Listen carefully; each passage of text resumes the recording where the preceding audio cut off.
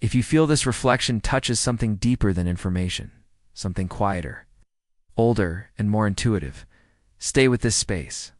Follow this channel, not for answers handed down, but for questions that gently return you to yourself. There is a story most of us were given long before we knew we had a choice. It was never written down formally. It was never announced from a stage. And yet, it shaped everything. The story goes like this. The body is fragile. Time is the enemy. Aging is decline.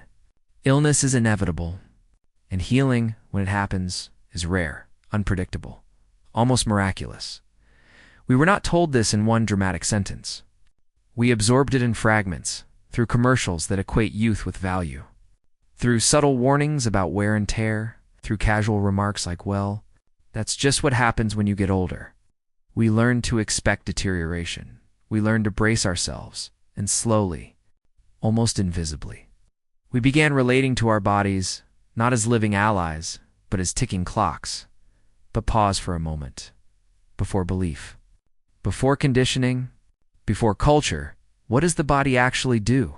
It repairs skin after a cut without consulting you. It recalibrates blood chemistry every second. It rebuilds bone. It reorganizes neural pathways. It fights infection. It balances fluids. It replaces cells every moment. Not occasionally, not miraculously, continuously. If healing were rare, these processes would be rare if healing were abnormal. The body would collapse the first time something went wrong, but it doesn't. In fact, what we call normal life is a continuous stream of micro-healings happening beneath. Awareness, your mouth heals after you bite it. Your muscles repair after strain. Your immune system resolves countless microscopic threats you never even notice. The body is not waiting for a miracle, it is performing one, constantly. So perhaps the miracle is not healing. Perhaps the miracle is that we forgot. We forgot that healing is not an exception. It is a design feature we forgot because fear sells better than trust. Urgency commands more attention than rhythm, and control feels safer than surrender. Modern culture rewards intervention. It rarely rewards patience. It glorifies fighting disease. It rarely honors supporting health. And so we learned a vocabulary of battle. We fight infections. We combat aging. We attack symptoms. We conquer illness. But what if the body was never meant to be fought? What if healing was never meant to be forced? What if the design was cooperative, not combative? If you know someone who feels at war with their own body, consider sharing this reflection with them. Because here is a quieter truth. The body is not confused about how to heal. It is responding to the environment it is given. And in many ways, the modern environment is biologically unfamiliar. Constant stimulation, chronic stress, artificial light, fragmented sleep, perpetual information, endless urgency. The nervous system evolved for rhythm, sunrise and sunset, effort and rest, community and solitude, movement and stillness. Instead, we give it alarms at dawn, screens at midnight, stress without resolution, and noise without silence. And then, when imbalance appears, we say, the body is failing. But is it failing or is it adapting? Consider this gently. If you put a plant in poor soil, inconsistent light, and irregular water, and it begins to wilt, do you blame the plant? Or do you examine the conditions? Healing is not the act of forcing a wilted plant to stand. Upright, healing is restoring the conditions, under which standing upright becomes natural again. The body operates. The same way it does not require heroics. It requires alignment. And alignment is not mystical. It is biological. It is circadian rhythm respected. It is stress allowed to complete its cycle. It is rest without guilt. It is breath that reaches the lower lungs instead of hovering anxiously in the chest. But beyond biology, there is something deeper. Something even more overlooked. The body does not merely respond to food and sleep. It responds to perception. It responds to Safety. There's one question your nervous system asks every second. Am I safe? Not intellectually, biologically. Safety is not the absence of danger. It is the presence of regulation. When safety is perceived, blood flow supports digestion, repair, creativity, immunity. When danger is perceived, even subtly, blood shifts to muscles. Inflammation rises. Healing pauses. This is not dysfunction. It is brilliant design. The body always prioritizes survival over repair. So if someone lives in constant low-grade stress, financial worry, relational tension, internalized fear, self-criticism, the body may remain in protective mode far longer than nature intended. And when healing slows under these conditions, it is not because the body forgot how. It is because the environment never signaled that it could. Healing is not about adding something new. It is about removing what interrupts the original design. Sometimes that interruption is external, but often it is internal. We have been trained to override signals. Hungry. Ignore it. Tired. Push through. Sad. Suppress it. Overwhelmed? Distract yourself. We override discomfort in the name of productivity, and over time, the body learns that its signals will not be honored, so it increases the volume. Whispers become nudges. Nudges become symptoms. Symptoms become diagnoses, not because the body is punishing us, but because it is trying persistently to be heard. If this perspective feels relieving rather than frightening, stay with this channel. There's a different way to see health. Healing does not begin with a pill. It begins with permission. Permission to slow down. Permission to notice. Permission to feel. Permission to trust that the body is not the enemy. This is not anti-medicine. It is pro-understanding. Medicine can intervene when necessary, but healing still follows biological law. Stitches do not close wounds. Cells do. Antibiotics assist. The immune system resolves. Surgery repairs structure, but regeneration still comes from within. The original design remains active. The question is not whether healing exists. The question is whether we are cooperating with it. And cooperation begins not with intensity, but with awareness. Most people think healing requires more effort, more supplements, more protocols, more optimization. Sometimes it requires less stress, less noise, less internal warfare. Imagine living 1 week without criticizing your body, not forcing it, not judging it, not narrating its frustrating flaws, just observing it, listening, feeding it when hungry, resting when tired, breathing deeply when tense. What might shift? Not dramatically, not overnight, but subtly. Healing rarely announces itself loudly. It returns quietly. Better sleep. Softer thoughts. Steadier energy. Less reactivity. And gradually, resilience. Resilience is the true marker of health, not perfection, not youth, not symptom-free. Existence, resilience. The capacity to return to balance and resilience was built into you long before you ever learned. To doubt it, healing was never a miracle. It was the architecture. If you are still here, something inside you is listening. Not just your mind. Something quieter. Something that recognizes truth. Not because it is proven, but because it feels familiar. Let us go deeper. Most conversations about health begin with chemistry. Hormones, nutrients, neurotransmitters, inflammation markers. But long before chemistry shifts, perception shifts, and perception is governed by the nervous system. The nervous system is not just a network of nerves. It is an interpreter of reality. It decides continuously whether the world is safe enough for healing. This decision is not made logically. It is made physiologically. Two people can receive the same diagnosis. One deteriorates rapidly, the other stabilizes and even improves. Why? It is rarely only about the diagnosis. It is about the internal environment. When the nervous system perceives threat, even subtly, it shifts into protection mode.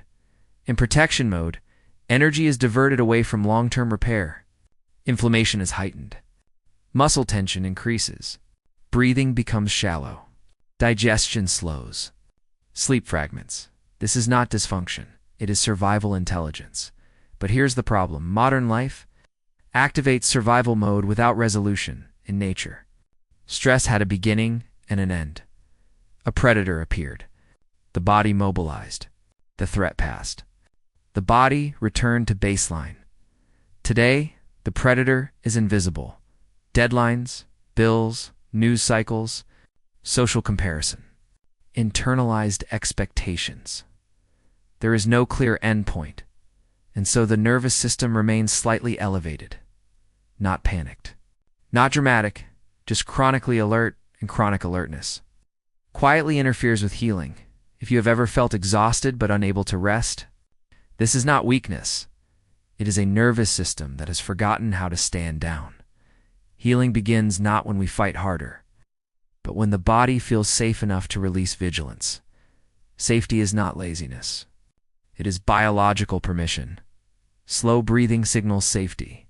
Gentle movement signals safety. Predictable routines signal safety. Supportive relationships signal safety. But there is another layer, even deeper than stress. Emotion. Emotion is not just a feeling. It is a physiological event. Grief changes breathing patterns. Anger changes muscle tone. Fear alters heart rhythm when emotion moves. The body moves with it. When emotion is suppressed, the body stores the incomplete signal. The body remembers unfinished stress cycles, a tear that never fell, a boundary never expressed, a fear never processed. This is not spiritual metaphor. It is neurobiology. The body seeks completion. If a stress response begins, but never resolves, the system remains slightly dysregulated, and dysregulation over time interrupts repair. Many people try to heal physically while ignoring emotional backlog. They optimize diet. They track biomarkers. They follow protocols. But if the nervous system remains locked in unresolved vigilance, healing stalls, not because the body is broken, because it is protecting. If this reflection feels confronting, stay with it gently. This is not about blaming yourself. It is about understanding design. The original design assumes cycles, stress and release, effort and rest, connection and solitude, expression and quiet. When cycles complete, the body resets. When cycles remain open, the body compensates. Compensation is intelligent but costly. Over time, compensation becomes exhaustion, and exhaustion becomes illness, not suddenly, gradually healing. Then is often less about adding something and more about allowing completion. Crying without shame, breathing fully after years of shallow patterns, resting without earning it, saying no without apology. These are not small acts. They are nervous system recalibrations, and when recalibration begins, repair resumes, but there is something even subtler influencing. Healing belief, not in a motivational sense, in a physiological one. What you believe about your body influences how your nervous system interprets sensations. If you believe your body is fragile, every ache feels threatening. If you believe your body is intelligent, every ache becomes information. The difference alters stress response. Stress response alters inflammation. Inflammation alters healing. Belief is not magical thinking. It is a lens. And lenses influence biology. This is why fear-based messaging about health often backfires. It activates vigilance, and vigilance postpones repair trust. On the other hand, it softens the system. Trust does not deny illness. it changes posture toward it. Instead of, why is this happening to me? The question becomes, what is my body asking for? Instead of my body is failing, the question becomes, where have I been out of rhythm? This shift alone reduces internal conflict. And internal conflict is one of the greatest drains on healing capacity. Imagine fighting yourself for years, criticizing your body, resenting its symptoms, fearing its changes. That tension is not abstract. It is muscular, hormonal, neurological. Now imagine shifting into partnership, listening, collaborating, adjusting. Gently, that state feels different in the chest, in the jaw, in the gut, and that difference changes blood flow, nerve signaling, and immune activity. Healing is not only chemical, it is relational. The relationship between you and your body shapes. Recovery and relationship requires time. This brings us to another distortion of modern life. Impatience, we expect transformation in days, but the body operates in seasons. Skin renews over weeks. Bone remodels over months. Neural rewiring can take consistent repetition. Healing is not slow, it is rhythmic. There is a difference. Slow implies delay. Rhythmic implies timing. When we rush healing, we add pressure. Pressure signals threat. Threat interrupts repair. The body cannot regenerate. While being hurried, this is why gentleness is not weakness. It is strategy. Consistent sleep. Steady light exposure. Nourishment without obsession. Movement without punishment. Over time, these conditions restore. Baseline. Baseline restores resilience. Resilience restores healing. There is no dramatic moment. When the body suddenly remembers how to function, it was never forgotten, it was interrupted. Remove enough interruption, and design reemerges. This is why healing often feels like remembering rather than acquiring. You remember how to rest. You remember how to breathe deeply. You remember how to trust sensation. Nothing new was installed. The noise was reduced, and beneath the noise, intelligence was waiting. Healing was never a miracle. It was always the architecture. If you have stayed through this journey, something inside you is no longer listening, the same way it did at the beginning. Not because you were convinced, but because you remembered. Healing does not begin with a breakthrough. It begins with recognition. Recognition that the body was never designed as an error-prone machine waiting to collapse. It was designed as a dynamic, self-correcting system. And self-correction requires one essential ingredient: space. In nature, everything heals in space. A forest regrows when fire stops consuming it. A river clears when pollutants cease entering it. A wound closes when interference ends. Healing is not an act of force, it is the absence of obstruction. This principle applies to ecosystems, it applies to relationships, and it applies to you. Your body does not wake up each day confused about how to function. It wakes up responding to conditions. If conditions are chaotic, it compensates. If conditions are supportive, it recalibrates. But here is something even more profound. The body was not only designed to repair damage, it was designed to transform every day. Billions of your cells die, and billions are reborn. You are not the same biological being you were years ago. Even your bones, which feel solid and permanent, are constantly remodeling. You are a living cycle of death and renewal. Healing is not the prevention of decay. It is participation in renewal, and renewal requires letting go. Cells that refuse to die properly become problematic. In biology, dysfunction often begins when something clings to long, old cells. Old inflammation, old stress responses, old beliefs. The body thrives on turnover, completion, release, but humans resist release. We resist emotional endings. We resist aging. We resist uncertainty. We resist rest, and resistance creates tension. Tension creates contraction. Contraction limits flow. Flow is essential for healing. Blood must flow. Lymph must flow. Breath must flow.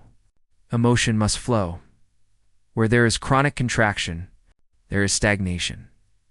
Where there is stagnation, there is imbalance. The original design assumes flow. Flow between effort and recovery. Flow between solitude and connection. Flow between activity and stillness. Modern life disrupts flow. We sit too long. We think too much. We stimulate without pause. We consume without digesting, and then we wonder why the system feels clogged. Healing often begins not with addition, but with subtraction. Subtract. Overstimulation. Subtract chronic urgency. Subtract. Internal criticism. Subtract unnecessary fear. And what remains is not emptiness. It is regulation. Regulation. Is the body returning to baseline? Baseline is where healing happens. Many people are searching for advanced techniques, biohacking, optimization, precision supplementation, but the foundation is simpler, sleep aligned with darkness, light exposure in the morning, food eaten calmly, breath allowed to deepen, relationships that feel safe. These are not trends. They are biological agreements. When you align with these agreements, healing becomes predictable. Not miraculous, predictable. But there is still a deeper layer. Control. Humans crave control because uncertainty feels dangerous. Illness amplifies uncertainty. So, we try to control every variable, track every symptom, analyze every sensation, research endlessly. Control can feel empowering, but constant monitoring can signal danger to the nervous system, and danger postpones repair. There is a paradox in healing. The more you chase it aggressively, the more it retreats, the more you create space for it, the more it unfolds. This is not passive. It is participatory. Surrender. Surrender is misunderstood. It is not giving up. It is ceasing internal warfare. It is saying, my body is not my enemy. My symptoms are not betrayal. There is intelligence here, and that internal shift happens. Physiology follows. Muscle. Tone softens, breath deepens, heart rhythm stabilizes. Inflammatory cascades quiet. This is measurable. Trust. Alters biology. Hope alters biology. Connection alters biology. Even. Expectancy alters immune response. Healing has always been relational, between cell and cell, between brain and body, between you and your environment, between you and your beliefs, and perhaps between you and something greater. Some call it divine design. Some call it evolutionary intelligence, that the language matters less than the pattern. The pattern is this: life moves toward balance when allowed. You do not have to manufacture healing. You have to remove what obstructs it. This does not mean illness never occurs. It means illness is not proof of failure. Sometimes illness is recalibration. Sometimes it is forced rest. Sometimes it is an invitation to re-examine. Rhythm. Sometimes it is biology completing a cycle. The body is not fragile. It's porcelain. It is adaptive tissue. It is not perfect, but it is profoundly. Aging does not mean deterioration by default. It means change. Change is not loss. It is transition. Your cells continue renewing long. Into older age, your brain retains plasticity. Your immune system retains capacity. Decline accelerates. When rhythm is chronically violated, resilience strengthens. When rhythm is restored, healing does not guarantee immortality. Nothing biological does, but healing increases quality, vitality, clarity, peace, And perhaps the deepest healing is not physical at all. It is the end. Okay, conflict with yourself. Imagine living without fearing every sensation. Without interpreting fatigue as weakness. Without viewing wrinkles as failure. Imagine relating to your body as a partner instead of a project. This is where the journey completes itself. Healing was never meant to make you invincible. It was meant to keep you adaptable. The original design was resilience, not perfection, not endless youth. Resilience. The ability to fall out of balance and return. You have been returning your entire life after every illness, after every injury, after every heartbreak, after every stress. You returned, maybe not identical, but renewed in some way.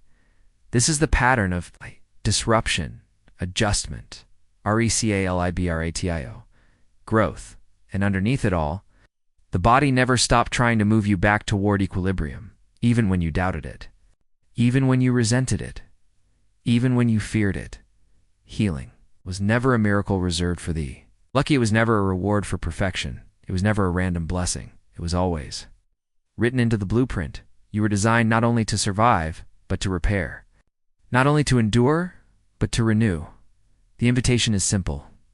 Stop fighting the design. Listen. More. Force less. Trust gradually. Remove interruption. Allow rhythm.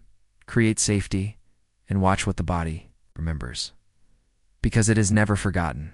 Healing was never a miracle. It was the original design, and it still is. Stay with this channel if you want to keep remembering. Walk slowly. Walk gently. Walk in partnership with the body that has been healing you quietly since the day you were born.